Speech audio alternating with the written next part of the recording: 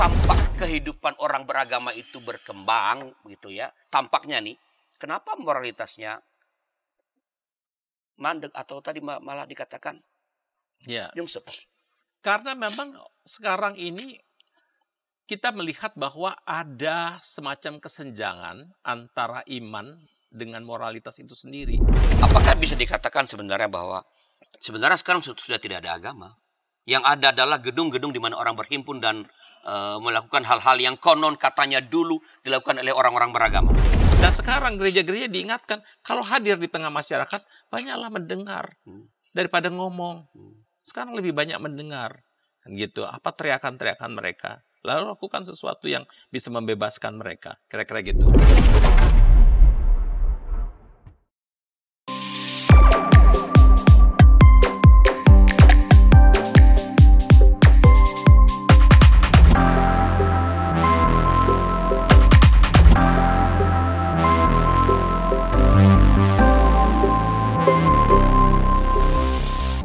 Sahabat DKB, kembali berjumpa dengan kami dalam acara Warteg RI Warung Teologi dan Refleksi Iman dengan saya Arliano sebagai penjaga atau pelayan warung. Ini adalah sebuah program yang membahas isu-isu penting dalam kehidupan Kristen atau perkembangan pemikiran teologi atau bagaimana gereja seharusnya menempatkan diri di tengah-tengah masyarakat, merespon berbagai perkembangan di tengah-tengah masyarakat, entah masalah sosial, politik, dan lain sebagainya.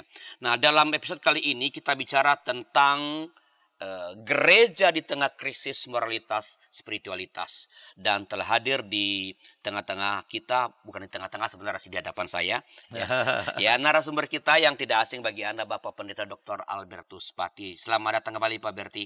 Terima kasih atas undangannya. Dari Bandung bagaimana perjalanan? Baik, Ya. lancar, aman. Masih tetap berbasis di Bandung apa udah berbasis di mana-mana? Nah, Bandung dong. Karena di Bandung. Tahun depan kita udah pindah. Oh, pindah ke mana nih? Bogor. Wah, luar biasa. Lebih dekat dong ke EKB dong. Itu dia, supaya dipanggil terus. Oke, Pak Berti. Pak Berti adalah pendeta GKI berbasis pelayanan di GKI Maulana Yusuf, yang mantan ketua PGI, salah seorang ketua PGI, mantan salah seorang ketua Sindur GKI, Sindur GKI Jawa Barat, dan mantan-mantan yang lain. Pasti mantan pacarnya zaman dulu. Ada nggak sih mantan? Banyak. Seru. Keceplosan. Ya, Pak Berti, kalau kita lihat dunia sekarang ini tampak sangat mengalami kemajuan. Boleh sambil minum ya? Silakan Pak.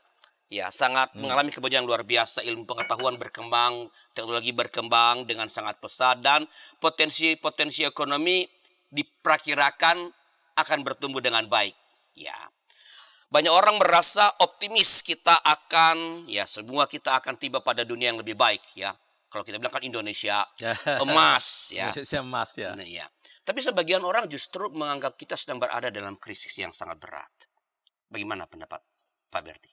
Nah, ini menarik ya. Karena apalagi para pemimpin politik kita selalu bicara tentang Indonesia emas 2045. Jadi pada saat Indonesia berulang tahun ke yang 100, kita sudah melesat luar biasa. Kalau dulu pakai bahasa Soeharto tinggal landas. Kira-kira ya. Ini menarik, dan memang kalau kita lihat perkembangan bukan cuma Indonesia secara umum ya, itu kita bisa memiliki semacam pengharapan, optimisme lah lebih tepat ya. Optimisme karena apa? Ilmu pengetahuan berkembang dengan sangat luar biasa.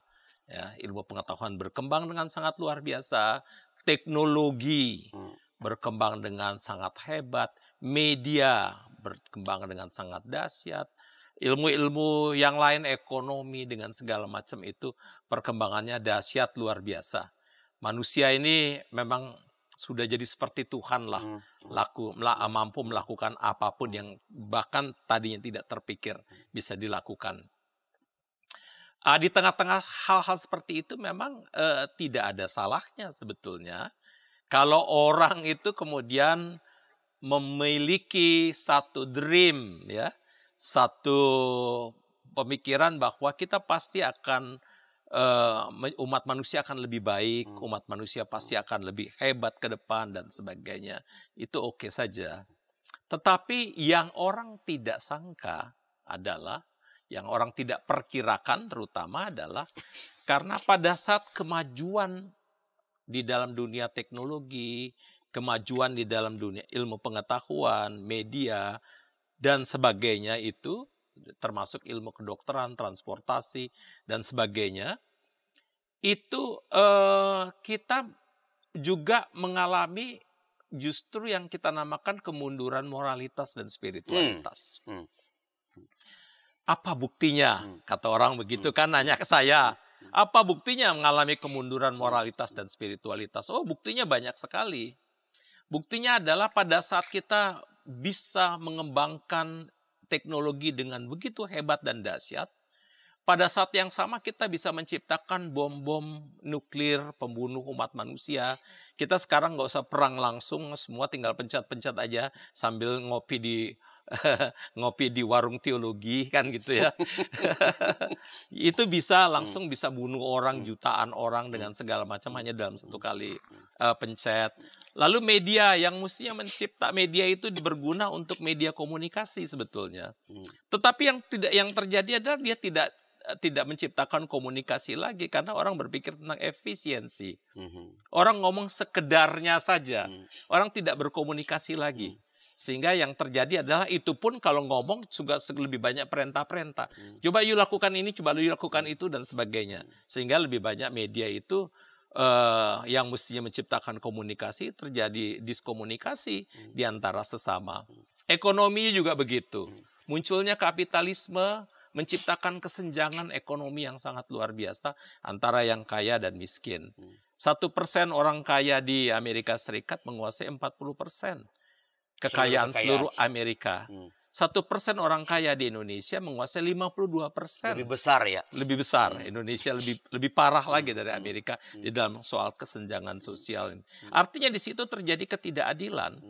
Ya, kita mengalami perkembangan di dalam segala hal, teknologi, kedokteran dan sebagainya. Kedokteran memang menghadapi perkembangan yang luar biasa, tetapi sekarang ke rumah sakit makin mahal. Dan orang miskin tidak bisa ke rumah sakit lagi. Kan gitu ya. Orang mau berkomunikasi dengan HP-nya, dengan segala macam, tapi harga HP juga makin mahal. Orang nggak bisa membeli HP dan sebagainya, sehingga terjadi kelas-kelas sosial di dalam masyarakat. Ada orang yang punya teknologi yang bisa ngikutin teknologi digital, ada yang nggak bisa karena nggak mampu membelinya sama sekali. Dan itu menciptakan kesenjangan bukan saja dalam konteks ekonomi, dalam konteks informasi, dalam konteks, dan celakanya adalah di tengah-tengah situasi seperti ini juga tingkat korupsi juga makin tinggi. Orang di Indonesia itu kan korupsinya bukan cuma 1 miliar lagi, bukan cuma 1-2 triliun, tapi udah 1.000, 2.000, 3.000 triliun, kan gitu ya. Berapa kali APBN itu? Udah udah hancur-hancuran lah kan gitu ya.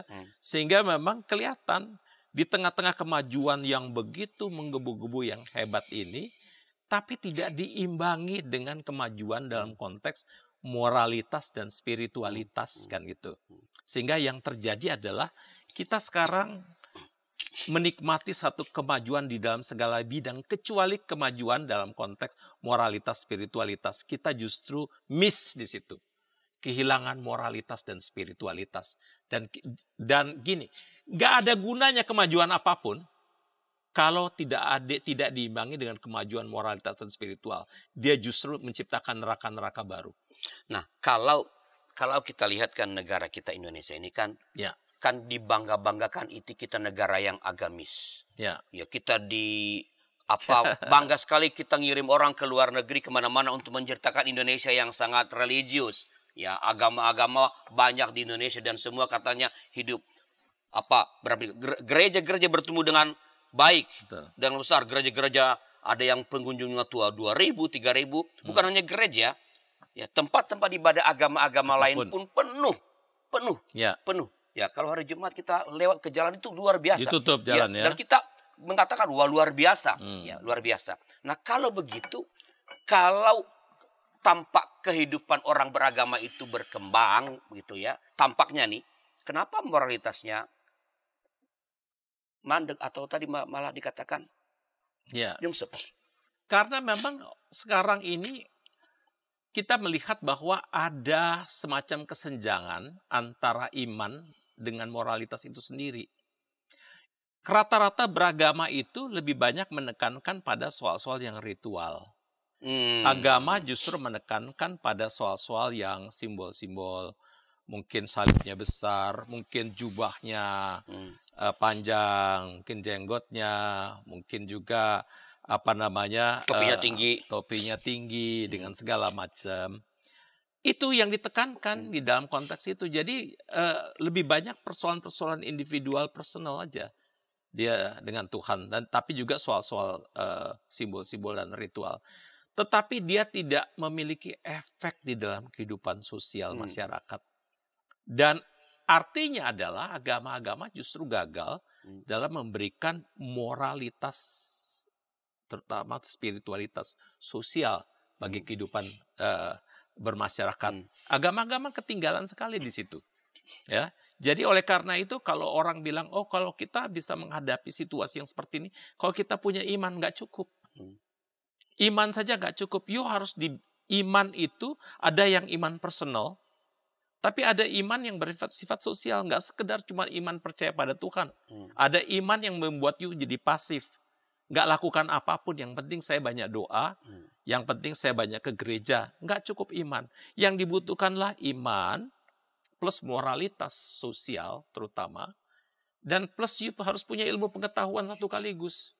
Jadi ilmu pengetahuan yang dituntun oleh iman, tetapi juga di tengah-tengahnya ada moralitas yang memang menjaga itu semua. Menjaga iman supaya tidak jadi personal, individual, tetapi juga menjaga ilmu pengetahuan supaya tidak disalahgunakan. Karena begini,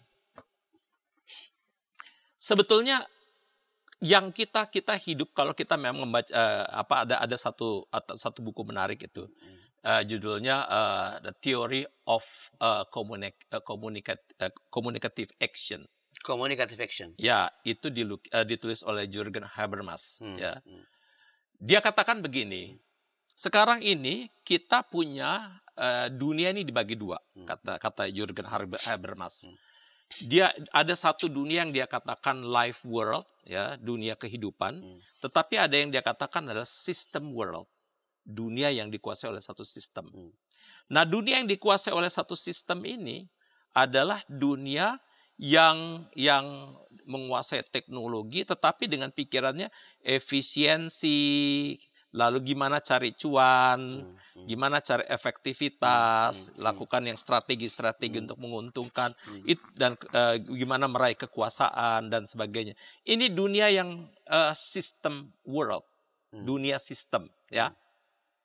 Ada yang life world, dunia kehidupan, ya di mana yang dibangun adalah solidaritas, kedekatan, keakraban, persaudaraan dan sebagainya.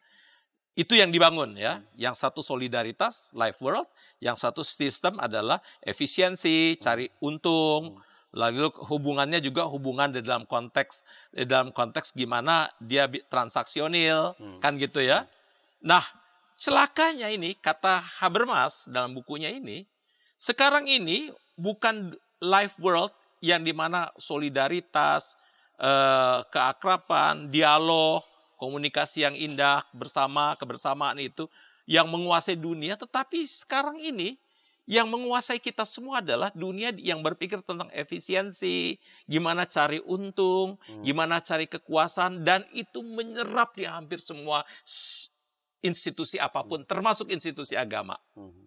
Sehingga kalau di dalam institusi agama banyak konflik-konflik juga dalam konteks kekuasaan, banyak juga orang yang kehilangan uang di situ, penyalahgunaan uang dengan segala macam, atau membuat institusi agama untuk cari duit. Karena apa? Karena dunia yang tadi itu yang cari untung tadi, dunia yang sebetulnya cari kekuasaan itu, yang system world itu yang sekarang lagi menguasai otak kita ini. Kehidupan masyarakat yang sedang mengkolonisasi, lakukan hegemoni hampir di seluruh kehidupan kita. Semua kalau kita lakukan sesuatu bayarannya berapa? Kalau kita lakukan sesuatu nggak berpikir dalam konteks pelayanan, tapi berpikir dalam konteks apa benefit untuk aku. Kan gitu. Nah, ini celakanya ada di gereja, sehingga pertanyaan itu kembali terjadi. Kenapa gereja-gereja atau agama-agama seringkali jadi impotent terhadap itu? Karena seringkali agama-agama justru juga sama. Dia berpikir di dalam konteks udah dikolonisasi, dihegemoni oleh sistem world, di mana yang ada dalam pikirannya adalah gimana mencari untung, gimana mencari kekuasaan, dan sebagainya. Nah, kalau dalam pikiran saya Pak Berti, kan mestinya moralitas itu atau spiritual itu kan mestinya dibangun dari nilai-nilai iman yang diyakini. Betul. Kalau ini tidak nyambung, di mana masalahnya? Apakah nilai-nilai iman yang ditanamkan oleh gereja atau agama-agama ini tidak melihat dunia, tidak terkoneksi dengan dunia, atau ada dikotomi nih antara dunia iman dengan kehidupan sehari-hari? Setelah berapa informasi berikut ini. Para pimpinan gereja di sana-sini mengakui bahwa jangankan warganya atau para pendetanya, mereka sendiri juga tidak begitu tahu, karena sesudah menerima dokumennya taruh di kantor sinode, tidak ada upaya untuk sosialisasi. Jadi sama juga kayak masalah bioetika di Indonesia ya, apakah boleh begini, apakah boleh, tapi kita harus bertanya lebih dalam lagi sebagai orang Kristen, apa sikap etis dan apa keputusan etis yang merupakan refleksi daripada visi moral dari iman Kristen. Hadirkan Tuhan sebagai sahabat, bukan hanya sebagai majikan yang di atas atau hakim. Hadirkan Tuhan sebagai sahabat kita juga, yang mau mendengar, mau meraih, yang kamu bisa seadanya dengan dia, yang kamu bisa nikmati kehadirannya. Kalau gereja bisa lakukan itu, apapun alirannya, saya kira Gen Z akan merasa ini rumah.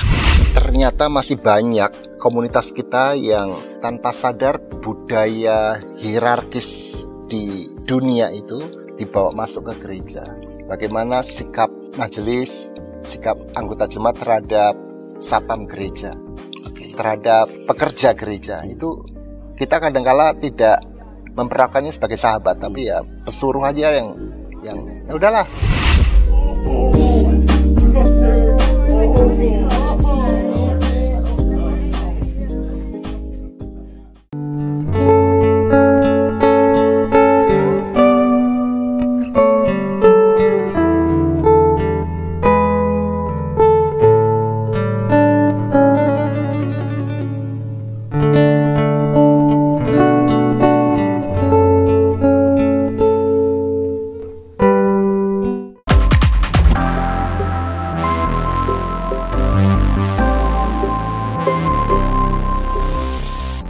Sahabat, masih dalam acara Warteg RI Warung Teologi dan Revisi Iman dengan saya Arianus sebagai penjaga atau pelayan warung. Kita bicara tentang gereja di tengah krisis moralitas dan spiritualitas bersama narasumber kita Bapak Pendeta Dr. Albertus Pati. Nah, Bung tadi kan di ujung segmen pertama saya di pertanyaan ini, kalau pemahaman saya kan begini. Mestinya kan moralitas itu dibangun berdasarkan nilai-nilai iman yang diyakini. Itu mempengaruhi apa yang dikerjakan, diwujudkan dalam kehidupan sehari. Nah, kalau kehidupan beragama ini tumbuh, orang beriman semakin banyak, atau dia tadi yang dikatakan ritusnya semakin luar biasa dan tidak terhubungkan dengan moralitas, dengan kehidupan sosial, di mana persoalannya? Apakah nilai-nilai iman itu memang sangat tertutup sehingga ia tidak terkoneksi dengan kehidupan? Atau orang itu sekarang orang beragama itu terpecah, dua dikotomi. Ini kalau di gereja, di rumah ibadat orangnya jadi saleh kepada Tuhan, maksudnya berdoa. Di luar sih urusan yang lain. Ini gimana Pak? Apa yang menjadi penyebab terjadinya krisis moralitas dan seperti di tengah-tengah semarangnya kehidupan beragama? Oke.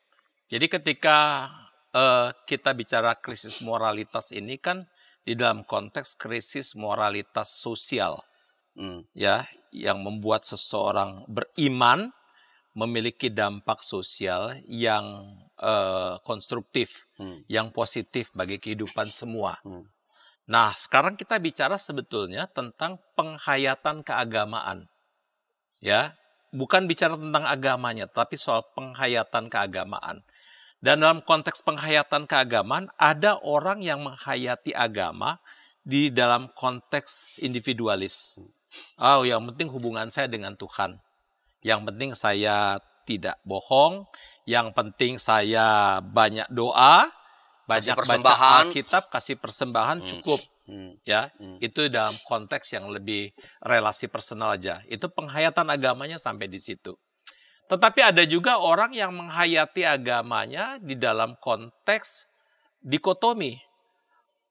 Aku benci dengan mereka yang berbeda. Aku kesel dengan mereka yang berbeda. Kan gitu ya. Jadi oleh karena itu yang memunculkan adalah militansi, fundamentalisme agama, eksklusivisme. Itu juga bagian dari penghayatan keagamaan juga. Menaklukkan orang lain. Menaklukkan orang lain yang melihat dunia ini di dalam konteks hitam putih, anak Tuhan, anak setan, kan gitu ya. Anak Allah, anak iblis, dan anak terang, anak gelap, dan sebagainya. Itu juga bagian dari penghayatan keagamaan yang dia yakini. Ada juga mereka yang menghayati keagamaan secara berbeda lagi. Misalnya adalah mereka yang menghayati keagamaan di dalam konteks bahwa mereka ini melihat bagian dari kehidupan bermasyarakat.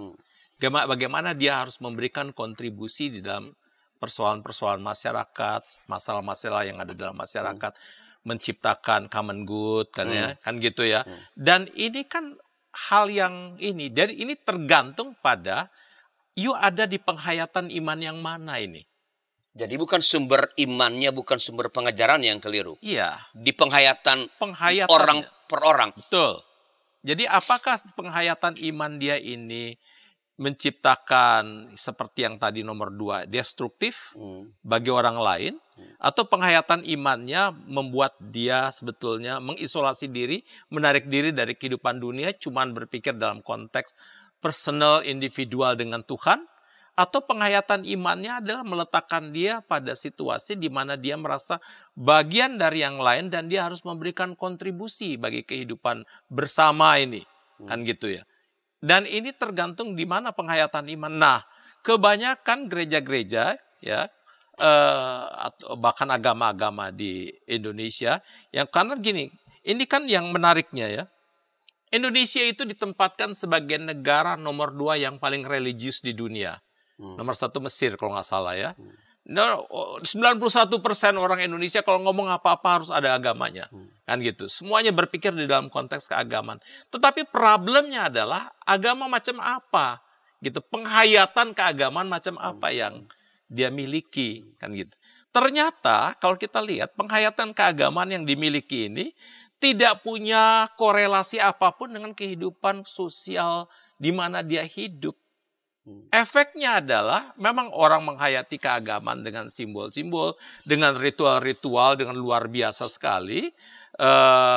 Rumah-rumah ibadah berkembang di mana-mana, tetapi tingkat korupsi juga tinggi sekali. Tingkat kekerasan juga lumayan tinggi dan sebagainya. Jadi orang betul-betul tidak ada istilahnya seolah bagi kita iman nggak punya efek apapun di dalam kehidupan moralitas itu, gitu. Jadi, ini yang terjadi.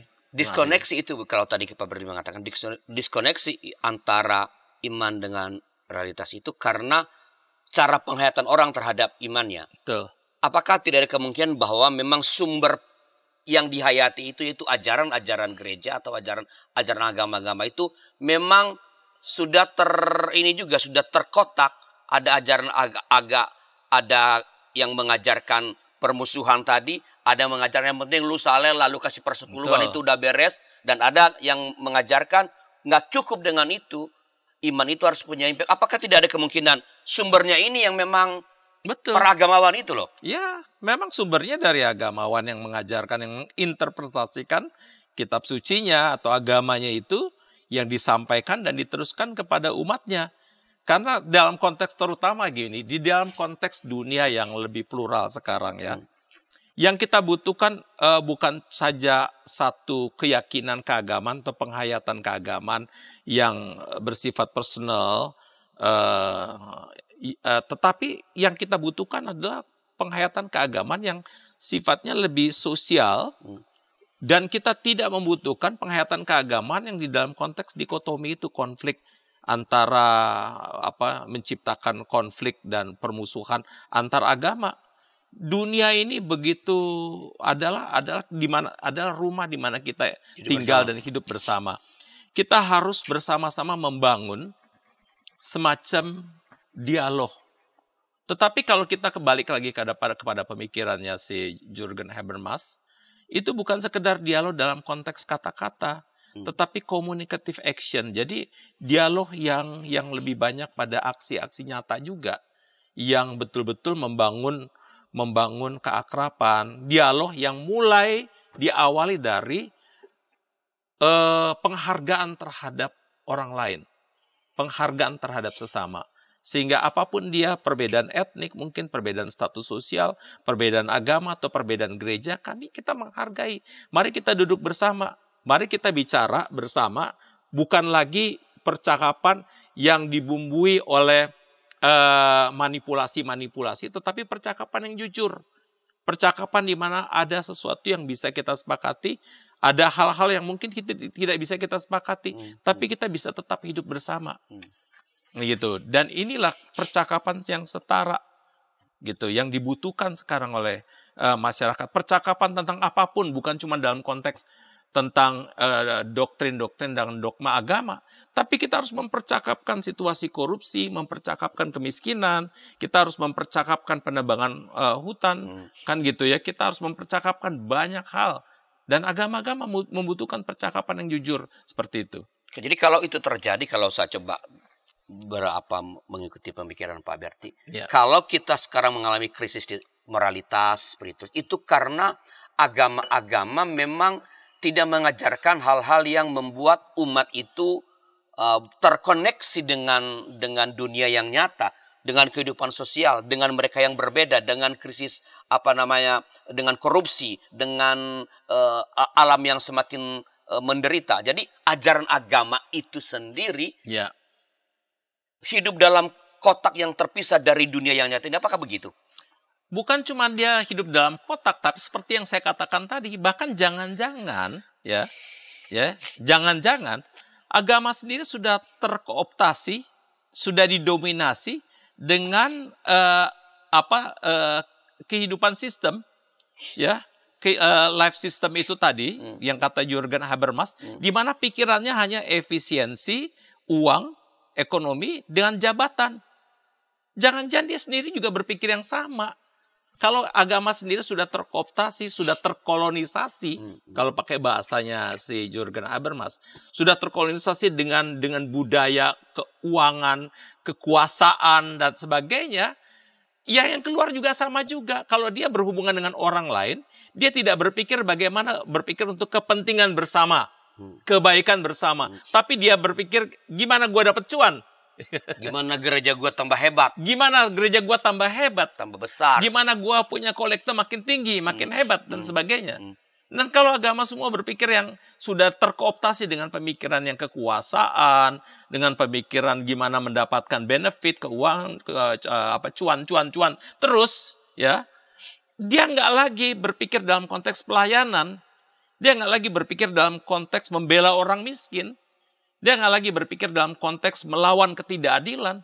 Yang dia pikirkan adalah apa untungnya untuk gue. Ini kan celaka kalau kayak begitu. Ini bukan cuma sekedar spirit dari agama, tetapi sekarang kita berhadapan dengan spirit duniawi yang sekarang sedang mengkooptasi, mengkolonisasi, dan menghegemoni kehidupan beragama itu sendiri. Dan kita menghadapinya sekarang. Apakah bisa dikatakan sebenarnya bahwa sebenarnya sekarang sudah tidak ada agama. Yang ada adalah gedung-gedung di mana orang berhimpun dan melakukan hal-hal yang konon katanya dulu dilakukan oleh orang-orang beragama. Kalau sekarang saya nggak berpikir senegatif itu atau sepesimis itulah. Saya berpikir bahwa yang namanya agama, termasuk gereja-gereja itu kan harus mengalami pembaruan terus-menerus. Dia mungkin sekarang sedang menghadapi transisi-transisi seperti itu. Transisi di mana kok tiba-tiba mengalami keterkejutan, uang begitu mudah didapatkan gitu ya. Segala macam dan kekuasaan itu begitu menantang dan mencobai dan sebagainya. Dan dia butuh kembali kepada Tuhan Yesus sebagai sang pemilik gereja itu, kan gitu, untuk dibaharui, membiarkan diri dibaharui. Maksudnya gereja sekarang bukan milik Kristus. Ya, bukan, kadang-kadang dia milik yang kekuasaan, duit dan sebagainya itu tadi kan, karena sudah terkooptasi. GKI Monolith bukan milik Anda ya? Oh, tidak ya. GKI Monolith banyak bertobatnya. Amin. Ini saya yang ngomong karena saya nggak pegang jemaat. Ya, indahnya kan gitu ya. Jadi artinya bahwa memang agama-agama sekarang bukan cuma di dalam konteks penghayatan keagamaannya ya, tetapi bahkan ada nilai-nilai dari luar agama yang bisa mengkooptasi, mengkolonisasi, menghegemoni agama itu sendiri. Sehingga yang keluar dari situ adalah kekuasaan, yang keluar dari situ adalah keuangan, lalu kemudian diberikan justifikasi ayat gitu loh. Jadi agama itu hanya kosmetik sebenarnya. Kosmetik. Ya, ini kan yang bahaya kita hadapi. Jadi jangan hanya berpikir soal agamanya. Sekarang agama kan dia tidak imun dari pengaruh-pengaruh dari luar. Oke, ini agak mengerikan ya sebenarnya. Ya. Situasi ini. Kalau agama-agama yang dianggap sebagai mestinya menjadi penjaga kehidupan moral, ya, kehidupan spiritual, sudah terkooptasi, sudah terhegemoni oleh cara berpikir dunia yang memiliki keuntungan, membesarkan diri, kekuasaan. Kita berada pada situasi yang sangat menyeramkan, Pak Berti. Betul. Seharusnya agama-agama mesti sadar itu, karena sebetulnya dialah yang harus menjadi penjaga dari kehidupan peradaban itu sendiri. Karena kalau satu kemajuan yang kita alami sekarang, baik teknologi di dalam ilmu pengetahuan dan sebagainya itu maju tanpa ada tuntunan moralitas dan spiritualitas, dia akan seperti mobil yang berjalan tanpa rem. Dia akan menghantam kita semua pada akhirnya. Nah, apa langkah yang mesti kita ambil sebagai jalan keluar dari krisis moralitas di tengah-tengah dunia modern, di mana sekali lagi tadi mungkin sebagian dari agama-agama, ya, sebagian dari pemimpin agama-agama sudah terkooptasi, sudah terhegemoni oleh cara berpikir dunia ini. Setelah beberapa informasi berikut ini. Para pimpinan gereja di sana-sini mengakui bahwa jangankan warganya atau para pendetanya, mereka sendiri juga tidak begitu tahu, karena sesudah menerima dokumennya taruh di kantor sinode tidak ada upaya untuk sosialisasi. Jadi sama juga kayak masalah bioetika di Indonesia ya, apakah boleh begini, apakah boleh, tapi kita harus bertanya lebih dalam lagi sebagai orang Kristen, apa sikap etis dan apa keputusan etis yang merupakan refleksi daripada visi moral dari iman Kristen. Hadirkan Tuhan sebagai sahabat, bukan hanya sebagai majikan yang di atas atau hakim. Hadirkan Tuhan sebagai sahabat kita juga, yang mau mendengar, mau meraih, yang kamu bisa seadanya dengan dia, yang kamu bisa nikmati kehadirannya. Kalau gereja bisa lakukan itu, apapun alirannya, saya kira Gen Z akan merasa ini rumah. Ternyata masih banyak komunitas kita yang tanpa sadar budaya hierarkis di dunia itu dibawa masuk ke gereja. Bagaimana sikap majelis, sikap anggota jemaat terhadap satpam gereja, terhadap pekerja gereja, itu kita kadang-kala tidak memperlakukannya sebagai sahabat, tapi ya pesuruh aja yang ya udahlah.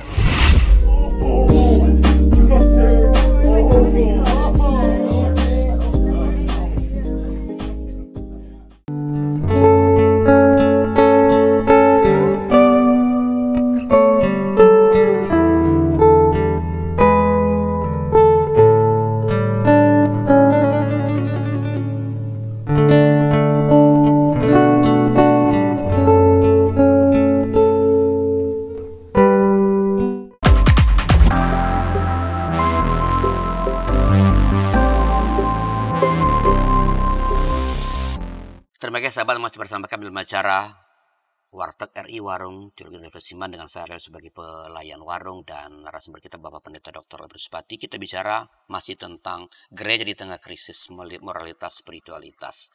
Dan ini udah segmen terakhir ya. Kalau masih ada yang mau berkomentar, mau bertanya, silakan ya di kolom komentar. Nanti Pak Berti akan merespons pada waktunya. Jangan khawatir, mungkin tidak tepat pada waktu itu, tapi pasti ada waktu nanti beliau akan merespons kalau ada komentar atau tanggapan. Nah, Pak Berti tadi kan Saya menganggap kita berada dalam mendengar berarti kita berada pada situasi yang sangat menyeramkan sebenarnya. Ya. Karena yang diharapkan menjadi penjaga malah terlarut di dalamnya. Ya. Nah, apa langkah yang mesti kita ambil sebagai jalan keluar dari krisis moral dan spiritualitas di dunia modern ini? Menurut saya agama-agama terutama juga gereja-gereja dia harus sadar pada kekuatan dari sistem dunia ini, Roh zaman kalau pakai roh bahasa. zaman ya, yaitu kekuatan kekuasaan dan uang yang membuat orang hanya berpikir di dalam konteks mencari cuan, dalam konteks hubungan itu transaksional. Ya, sepanjang you menguntungkan bagi saya akan memanfaatkan, kan gitu ya. Kita bisa berteman dan sebagainya. Agama-agama ini termasuk gereja-gereja harus sadar itu, bahwa ini bukan tantangan yang mudah. Ini tantangan yang berat yang memang harus dia hadapi. Itu kenyataan. Kalau dia tidak menyadari dan mengabaikan, dia jangan-jangan dia ambil keputusan-keputusan yang justru didasari oleh itu. Itu yang mesti kita sadar pertama. Yang kedua adalah yang harus penting adalah agama-agama ini memang jangan cuma bicara tentang moral, tetapi dia justru harus menjadi yang saya namakan sebagai komunitas yang memulihkan moralitas sosial. Dan kita kan memang udah semuanya hidupnya begitu. Lebih banyak dikuasai uang dan termasuk kita di dalamnya. Betul. Harus ada pengakuan semacam itu. Kita nggak imun terhadap itu. Kita harus akui bahwa kita sendiri lemah. Bahwa kita sendiri mengalami bisa rapuh karena digoda hal yang sama. Kan gitu. Kita juga bahkan sebagai manusia yang terluka, kira-kira gitu ya. Tetapi dalam konteks kesadaran kita pada bahaya seperti itu, kita ingatkan juga mereka yang lain. Bahwa ini loh bahaya ketika kita sudah terjebak pada uang dan kekuasaan, berpikir benefit. Yang ada pikiran dalam orang adalah ketika berjumpa dengan orang, gimana dia mengeksploitasi orang lain. Gimana dia menindas orang lain. Gimana dia meraih keuntungan dari orang lain demi kepentinganku. Dan kalau itu juga masuk di dalam kehidupan bergereja, dalam kehidupan beragama, selesai semuanya. Oleh karena itu, gereja-gereja terutama, jangan cuma bicara tentang moral, tetapi dia harus menjadi justru komunitas yang menyembuhkan moralitas sosial yang sedang sakit ini, yang sedang kena kanker kekuasaan dan uang ini, ya, yang memang sekarang hancur-hancuran ya, sehingga memang kayak media sosial atau segala macam pun digunakan bagaimana untuk menciptakan kebencian supaya memang orang bisa mendapatkan keuntungan dari situ, kan gitu. Termasuk podcast-podcast juga bisa menciptakan konflik dengan segala macam untuk orang mendapatkan keuntungan benefit dari situ dan sebagainya. Di situ oleh karena itu menurut saya ada 3 hal yang harus dikembangkan oleh gereja-gereja. Pertama adalah dia mulai belajar membangun empati di tengah-tengah masyarakat. Bangunlah empati, kan gitu. Jadi artinya dia tidak hanya hidup sendirian, dia harus mulai melihat dirinya bagian dari masyarakat. Di mana apa yang terjadi di masyarakat pasti akan berimbas pada dia. Oleh karena itu yang dia lakukan adalah bagaimana apa yang terjadi pada dia memberikan imbas yang positif dan konstruktif bagi kehidupan masyarakat. Dan itu hanya terjadi adalah ketika dia berempati dengan dan mampu mendengar teriakan yang miskin, teriakan yang ditindas, teriakan yang termarginalisasi, yang terdiskriminasi, yang terlupakan, dan sebagainya. Dia harus mulai membangun empati seperti itu ya. Dia harus bersama dengan masyarakat. Tidak hidup di dalam tembok-tembok gereja, tetapi dia harus keluar bersama dengan masyarakat. Sehingga ketika Yesus katakan pergilah keluar sampai ke ujung bumi, bukan sekedar keluar jalan-jalan, berhadapan, berjumpalah dengan masyarakat dalam kerapuhan mereka, dalam ketakutan mereka, di dalam kecemasan mereka, frustrasi, keputusasaan mereka. Iya, bersama-samalah dengan itu. Bukan sekedar keluar jalan-jalan dan ngomong-ngomong aja, tapi keluarlah dan bertindaklah, jadikanlah teladan moral yang baik. Itu pertama. Yang kedua adalah bangunlah dialog antar agama. Ya, dan ini sebetulnya dialog antar agama ini perlu sekali di tengah-tengah dunia yang semakin plural. Ya, bahkan dialog bukan cuma antar umat beragama, bahkan dialog juga dengan mereka yang agnostik dan ateis. Biar bagaimanapun kita harus belajar menghargai siapapun. Agama bukan sesuatu yang dipaksakan. Agama harus muncul dari hati nurani sendiri. Oleh karena itu, dengan siapapun dia, kita harus belajar untuk berkomunikasi, membangun dialog, dan sebagainya. Dan dalam konteks seperti ini, Hans Kung itu, ketika dia bicara tentang etika agama-agama di dalam konteks global, itu Hans Kung banyak dipengaruhi oleh pemikiran dari Jürgen Habermas, yang berpikir bagaimana supaya moralitas itu, agama-agama ini punya pengaruh moral yang besar. Ketika dia membangun etika antar agama itu ya, etika global antar agama. Itu supaya karena dorongan supaya agama-agama nggak cuma hidup di dalam kesendirian, dalam eksklusivisme, tapi harus bekerja sama membangun etika global di mana moralitas keagamaan yang adil, yang penuh dengan perdamaian, cinta kasih, kesetaraan dan sebagainya itu betul-betul menjadi bagian dari kehidupan manusia, di mana solidaritas bukan eksploitasi itu betul-betul ada di dalam kehidupan kehidupan umat manusia. Dan ketiga, tentu saja yang dibutuhkan adalah keberanian dari agama-agama, keberanian untuk berpihak. Ya, kadang-kadang kita tidak memiliki keberanian untuk berpihak pada mereka yang tertindas. Kan gitu. Pada situasi-situasi tertentu, ketika mereka yang tertindas, yang bahkan tidak berani bersuara lagi, menangis pun tidak berani dan sebagainya, butuh bantuan, butuh pertolongan. Nah, disitulah agama-agama punya kemampuan bersikap, keberanian bersikap untuk menyatakan inilah bagian dari solidaritasku, inilah yang Tuhan inginkan aku lakukan. Begitu kira-kira. Kan tadi Bung Berti mengatakan ketika Hans Kung itu menulis etika global, dia banyak dipengaruhi oleh Jürgen Habermas. Apakah dalam mengatasi krisis moral dan spiritual ini, apakah ada sumbangan pemikiran dari Habermas yang kita perlu dengarkan? Pemikiran Habermas yang sangat kita perlu dengarkan dan ingatkan adalah bagaimana umat manusia yang dalam menghadapi krisis seperti ini, dia mengingatkan gini, manusia ini dalam keadaan kondisi krisis di mana uang dan kekuasaan itu begitu sudah mendominasi kehidupan, bahkan kehidupan agama-agama. Habermas ingatkan itu.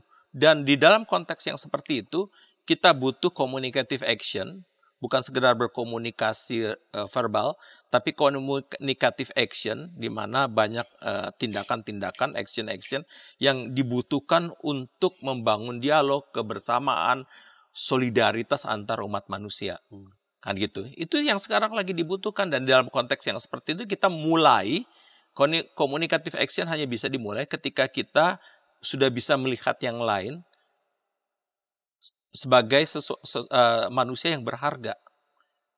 Kita menghargai, respect pada orang lain, apapun dia, apapun status sosialnya, apapun latar belakang agama dan etniknya dengan segala macam itu. Dan itu sumbangan besar dari Habermas bagi kita untuk memulihkan dunia yang sakit ini sebetulnya. Kita tidak berkomunikasi lagi sekarang. Yang terjadi adalah kita lebih banyak monolog. Ketika bercakap-cakap sekarang, gimana kita lebih banyak perintah, mengontrol, mendominasi. Semua orang ingin mendominasi orang lain, kekuasaan. Di gereja pun pendeta mau mendominasi aja. Nah sekarang gereja-gereja diingatkan, kalau hadir di tengah masyarakat, banyaklah mendengar daripada ngomong. Sekarang lebih banyak mendengar. Kan gitu. Apa teriakan-teriakan mereka? Lalu lakukan sesuatu yang bisa membebaskan mereka. Kira-kira gitu. Nah, apakah Bapak bisa menolong kita untuk melihat relasi antara nilai-nilai iman tadi itu dengan apa yang disebut oleh Habermas sebagai communicative in action, atau kita punya, kalau di gerakan kita punya namanya ecumenical in action. Apakah sama itu enggak sih? Hampir sama sebetulnya. Dalam konteks gini, kalau ecumenical in action itu kan artinya kita bersama-sama. Dialog dalam karya. Iya, kita bersama-sama, bukan cuman sekedar berbicara, omong-omong aja, tapi kita kan mulai di dalam aksi-aksi yang jelas, yang nyata dalam kehidupan bermasyarakat. Dan jangan-jangan itu juga idenya juga dari Habermas ya. Karena Habermas lah yang pertama kali sejak tahun 70-an yang mengangkat kita membutuhkan communicative action. di mana kita semua bersama-sama berkomunikasi. Karena gini, komunikasi ini kan akarnya sama dengan community. Ya, community kan, komunikasi, commune to commune. Jadi komunikasi, kita dalam berkomunikasi itu kita membentuk community sebetulnya. Community di mana semua orang merasa bagian dari yang lain. Kita semua bagian, sakitnya Anda, sakitnya saya. Senangnya Anda, senangnya saya. Kita semua saling melengkapi untuk maju bersama, kan gitu. Oleh karena itu kita harus membangun komunikasi, communicative action itu dalam rangka untuk kebaikan bersama. Kan gitu. Tidak lagi berpikir di dalam konteks aku pribadiku mendapatkan keuntungan, kekuasaan. No, tetapi kita berpikir aku yang punya hak seperti itu. Tetapi aku harus melihat hakku itu di dalam konteks kebersamaan itu. Apakah itu baik bagi masyarakat? Kadang-kadang yang terjadi adalah pemisahan. Masyarakat hidup dalam atomisasi. Dia terpecah dari kehidupan komunitas. Ya. Nah, ini sangat Protestan sekali, gitu ya. Dia sangat berpikir untuk mencari kekuasaan, mencari kekayaan dan sebagainya. Itu tidak salah sepanjang dia mengkaitkan itu apakah ini juga berguna bagi kehidupan komunitas. Kalau dia hanya berpikir dalam konteks kesendirian itu, dia akan berpikir dalam konteks eksploitatif. Ya berarti sebenarnya gereja-gereja kalau begitu paling tidak, kalau kita ngomong gereja, mesti mengubah sebutlah teks, entah teks eklesiologinya atau teks misinya begitu, sehingga kan tadi kan saya masih sangat yakin bahwa apa yang kita kerjakan itu mesti bersumber dari nilai yang kita yakini. Betul. Ya, berarti selama ini kan nilai-nilai yang kita yakini adalah nilai-nilai yang mendorong kita untuk menjadi semakin egoistik, uang, keuntungan, efisiensi. Ya. Jadi gereja perlu mengubah atau melengkapi teks teologinya, teks eklesiologinya, teks misinya kepada upaya untuk membangun komunikasi yang akan membangun community, ya, kebersamaan yang membuat semua orang merasa kita bersaudara, kita bagian dari dunia yang sama ini dan mari kita mengupayakan kehidupan bersama. Apakah begitu berarti? Dia perlu hanya mereinterpretasikan pemahaman dia saja di dalam konteks yang baru, di dalam konteks pergumulan bangsa, di dalam konteks pergumulan umat manusia dan dunia, di dalam konteks teriakan-teriakan yang katanya Dorothy Soule silent scream, mereka yang sudah berteriak tetapi dalam silent karena udah nggak mampu berteriak lagi, dan dia harus mampu mendengar itu. Dan kalau dia bisa mereinterpretasikan pemahaman dia yang tadinya eksklusif, yang tadinya dikotomis itu tadi, yang juga tadinya tanpa dia sadari dipengaruhi oleh roh-roh duniawi yang penuh dengan kekuasaan, dengan benefit keuangan dan sebagainya. Dia reinterpretasikan di dalam konteks pelayanan, di dalam konteks kerendahan hati, di dalam konteks membangun solidaritas dengan yang lain dan sebagainya, dia akan jadi berkat. Oke, terima kasih berarti atas pencerahan-pencerahan yang diberikan. Sekali lagi, mudah-mudahan ini saya berharap percakapan ini membantu kita untuk melihat ya bagaimana gereja merespons atau bersikap semestinya dari krisis moralitas dan spiritualitas. Sebelum kita menutup Pak Berti, apakah ada semacam sebutlah pesan pastoral bagi gereja-gereja di tengah-tengah atau ketika dunia sekarang di mana kita hidup sedang mengalami krisis moralitas dan spiritualitas? Iya. Jadi memang dunia ini sekarang kan sedang mengalami krisis sebetulnya. Dan krisis yang kita hadapi bukan sekedar krisis ekonomi atau krisis politik atau krisis sosial, tetapi krisis yang ekonomi adalah yang kita hadapi adalah krisis moralitas dan spiritualitas. Di dalam konteks itulah maka kita membutuhkan gereja-gereja yang mampu menyembuhkan dunia yang sedang mengalami krisis itu, di mana gereja-gereja harus menghadapi roh dunia yang berpikir dalam konteks keuntungan dan kekuasaan, dibaharui menjadi pelayanan, solidaritas, cinta kasih, keadilan, dan sebagainya. Dan dunia membutuhkan gereja-gereja lakukan aksi sekarang. Baik, terima kasih. Berarti dunia membutuhkan gereja yang sekarang melakukan aksi-aksi ya, yang demi kebaikan bersama bagi dunia. Dan kalau tidak begitu, hati-hati, gereja bisa menjadi kehilangan relevansinya dan akan ditinggal oleh umat manusia. Benar banget. Terima kasih. Sampai jumpa pada episode berikut. Tuhan memberkati.